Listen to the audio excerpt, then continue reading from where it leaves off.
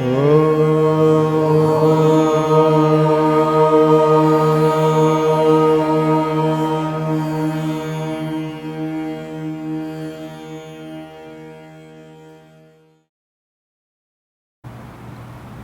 if you make mistakes, doesn't matter.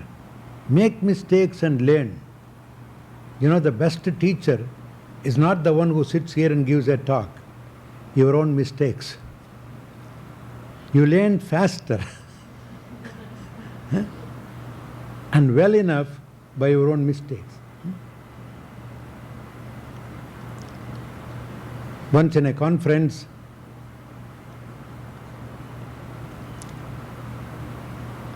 we were all speakers along with the modern great scientist, Buckminster Fuller. He is the Leonardo da Vinci of this age. He stood up and said, "Friends, forget about all these, do this, don't do that business. Commit as many mistakes as possible, and as soon as possible, you will become great." True. But there is no great teacher than your own mistakes. Failures, every failure is a stepping stone. If you want to go up, up, up, up, and if you want stepping stone for going up, up, up, fail, fail, fail, fail.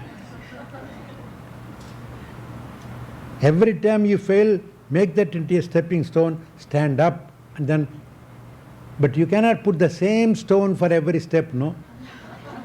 So every time it should be a new stone. That means not the same mistake. That's the trouble with many people. Many people commit the same mistake. They put the one stone as a stepping stone and then take the same stone, put there. How can they put? You have to find a new mistake.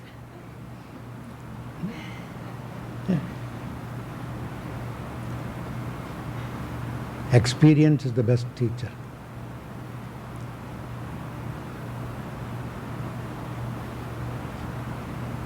And each one should learn in one's own way.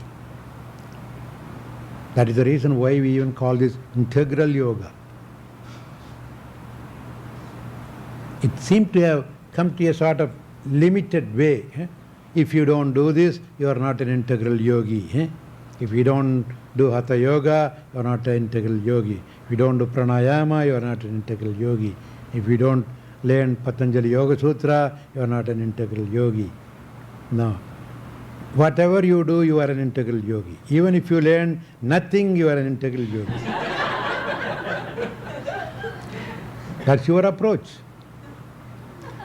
As long as you just want to be a yogi, that's enough for me.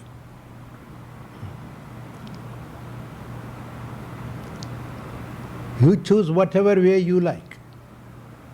All the paths lead to Rome. Even if you take a wrong direction, doesn't matter, take it. Because sometimes people say that's not right. And I ask you, go this way. But you don't like this way. That means you don't like this way, and you are asked not to go that way. What would you do? You are neither here nor there. You wanted to go there, I say don't go. I want you to go here, you don't want to go. So where will you be?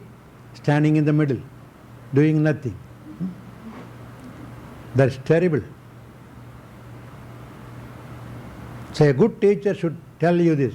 I say, this is the way I know, positively, helpful.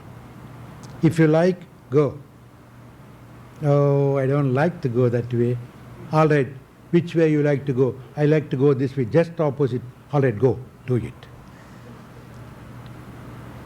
At least you go in the wrong direction, bump against a wall, then you will say, I'm sorry, I made a mistake. It's the wrong direction. Then I don't have to tell you, go this way.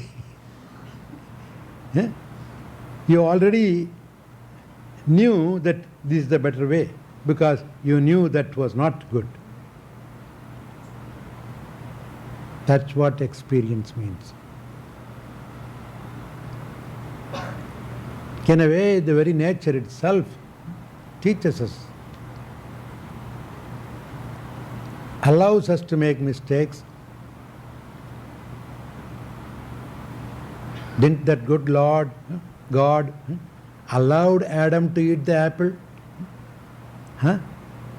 Though he said, Adam, don't eat the apple, didn't he stop it when he reached for the apple?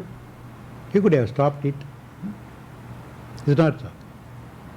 Sometimes we say, hey, what did I say? Don't touch. He could have said that. No, he simply allowed it. Coolly was watching. He plucked it, he ate it. Then, Adam, where are you? See, he allowed to make the mistake. And from that he wanted him to learn the lesson. That's what freedom of learning. Learning should be a freedom thing. You want to learn in your way.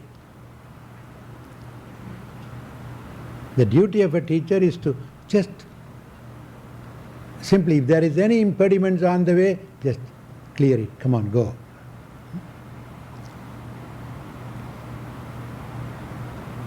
He should help you to experience in your way, not to block you. So that way, going here and there, bumping around, very soon you understand the truth. Wherever I go, ultimately end up with problem. So I give up everything. This ego is creating lot of problem. Every time I go with my ego, I want to do it, I want to get that. It puts me into trouble. So all these days I have been following my ego. I am not ready to follow it anymore. So then he begins to address the ego. Hey, ego, if you want to go, go. You permit the ego to go. Go. I'm not following you anymore. There's a great saint, Tayumanor, says,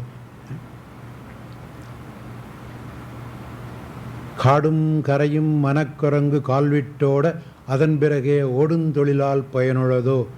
He says, Lord, I have been constantly following this monkey mind and it's dragging me all over the jungle. I am fed up with that. I'm not going to follow that anymore. Please, direct me somewhere to the right path.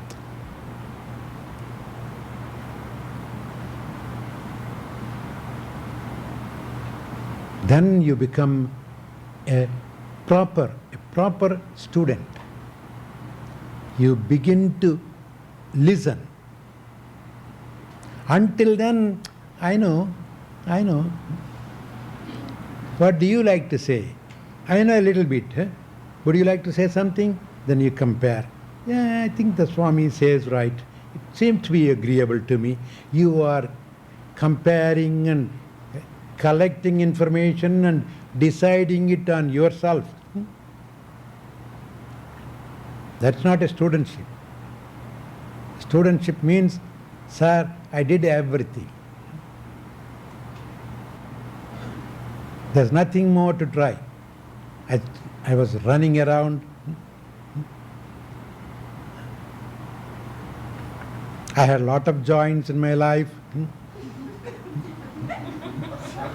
I licked a lot of LSDs.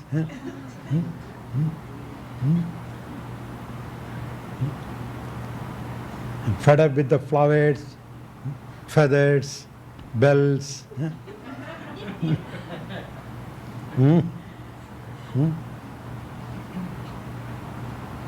I come to my wit's end. I come to a dead end. It's a wonderful term we use. I come to a dead end. Is it not so? That means you are dead there. I come to a dead end, now I want to live. Where is the live end? It's natural. And nobody should even feel sort of uneasy about it. Everybody has to go through that. Sooner the better. Look at that great fellow Arjuna in Bhagavad Gita. Why the whole Bhagavad Gita was given? In the beginning he used all his wits, all his arguments not to fight. Is it not so? Oh, it's not nice to kill, it's not, the big country and kingdom is not going to help me anymore. It will be a big burden to me.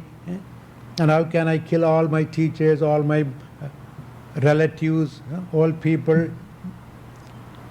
And if I kill all the men in the war, what will happen to the women folk? Did you read the part of Bhagavad Gita? See how many arguments he brought. Why? He was not interested in fighting. He wanted some excuse to get out of it. He used all his intelligence. And Krishna was smiling and, oh, is that so? Oh, okay, all right, if that is what. Then he said, I don't think so. Maybe He himself brought so many arguments. Krishna didn't say anything. He simply allowed him to exhaust it, evaporate everything. Then at a certain point he realized his own foolishness. He said, no. Krishna, I have exhausted all my so-called literacy. Nothing is helping me. These are all simply mere argument. I first thought that my argument was sound. But now I realize it's nothing but sound.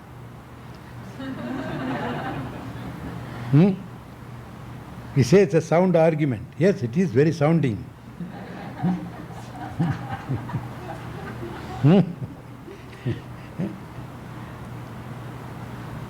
So, please, tell me what to do, I'm ready to do. I am your disciple. He threw everything, fell at his feet. You direct me, I'm ready. You take over the steering. Tell me what to do, I do. Finish it. Simple. I don't have to break my brain anymore. How simple it is.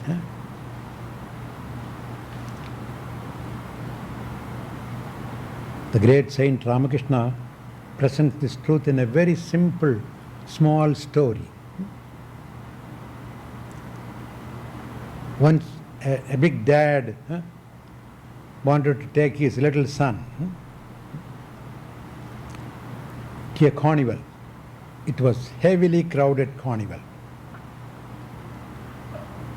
First the boy said, Dad, I like to do it all by myself. I'll just hold your hand. You take me to various places. I'll somehow come with you. And you know, in the crowd, he is holding the child. When he goes, the crowd comes and often the child got detached. And the child started crying, Dad, Dad, where are you? Then Dad has to find out the child and then grab him. The child was getting crushed, pulled here and there. After several hours, the child got tired. Dad, I don't think this is sensible. I'm too little. Even if I stand here, I can't see anything. All I see is human bodies getting crushed. If you really want to show me, take me up, put me on your shoulder, walk. Take me wherever you want to go. Then the dad took him up, put him on the shoulder, held him by. He was walking around. He was even taller than the dad. Even what Dad couldn't see, he was seeing. He never had to worry about getting crushed, getting missed. That's what. We also try with our ego, oh, I can do this, I can get that, I can achieve this. And then when we really get tired, say, Dad, put me on your shoulder. Then we really look up to that Dad. And God also in a way waits for that occasion. Until then, you are all right, you are showing off your capacities, do it. He only waits for you to say, I give up. And that's what you call, in a way, renouncing everything. Renounce your ego. When you renounce your ego, you have renounced everything.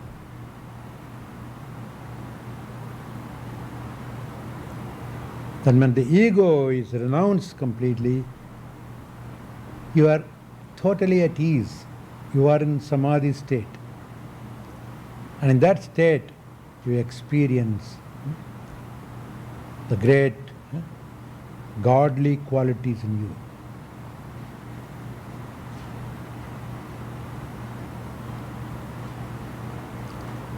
So that means you can become a yogi in millions of ways.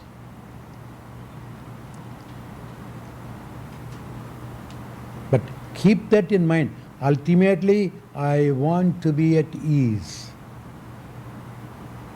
I want to be free from all this turmoil. Keep that in mind, and whatever you do, watch carefully. Is this leading me towards that goal? Because almost like you have to have a goal in mind. The goal being, I want to be balanced. I want to be peaceful. So in your life, everything that comes, you even first, will I be maintaining my peace by getting this? Or will this disturb my peace? Everything. Things that you try to possess, people you like to be with, positions that you like to acquire. It doesn't matter what you want to do. You strike that against this requirement, peace. Will this rob my peace away? If the answer is yes, which one you would prefer? Peace or the other thing? You should always choose peace. If the answer is yes, you can have that and still the peace. Peace will not be disturbed by it. Okay, have it.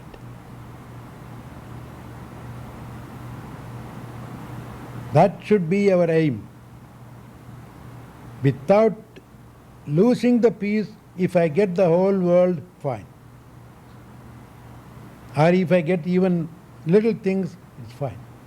But if I'm going to lose the peace and get the whole world, what's the use? What is the use? People have that. We are seeing people who have everything, but not peace.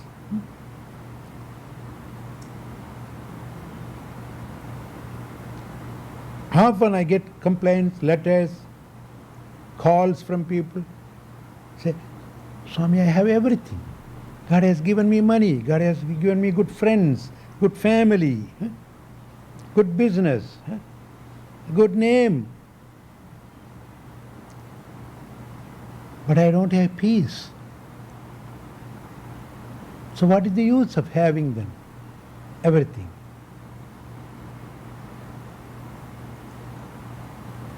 So your first and foremost thing that you look for is the peace. Seek that first. Seek that kingdom of heaven first. Once you get yourself rooted in that, established in the peace, Then doesn't matter what you have, what you don't have. And the miracle is, once you get established in that, everything comes to you, whether you want it or not. So if I could put it in a little simple way, the minute you stop wanting things, if you stop running after things, I want this, I want that, I want that, the minute you stop it, they all would want you. And they will be running after you. That is what is meant by everything else will be added unto you. I always love that beautiful sentence. It did not say you will get everything. There is a big difference between getting things and adding to you. Whether you want it or not, they will be all added to you. That means once you get God, you don't even have to say, God, I want a little money, I want some nice friends, I want a little name. You don't have to. Because God, I got you. That's enough for me. Oh yeah. Now that because you got me, you have to have everything. And God brings everything.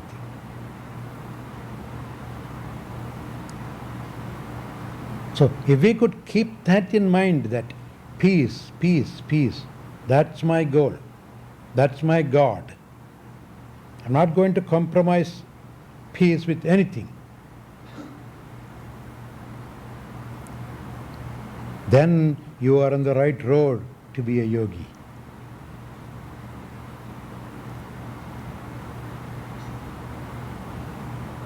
And wherever you go, you'll be treated. Yes? You'll get nice treats.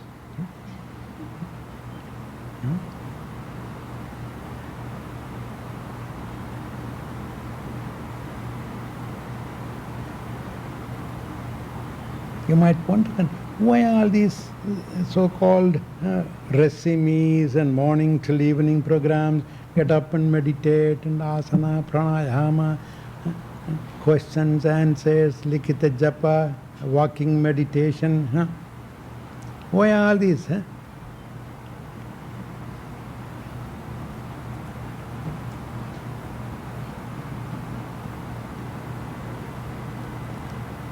Just because you came for that, you are getting this also.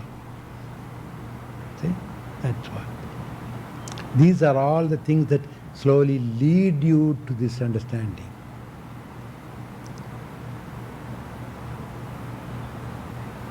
You have to have some skeleton, framework to enjoy the taste. As I said the other day, at the St. John the Divine, a Pentecostal feast. If you want to eat lollipop, you have to hold the stick.